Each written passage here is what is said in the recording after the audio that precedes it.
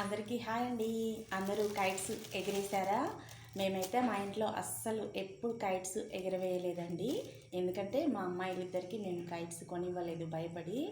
మా నాన్నగారు కూడా మాకు కైట్స్ కొనివ్వలేదు.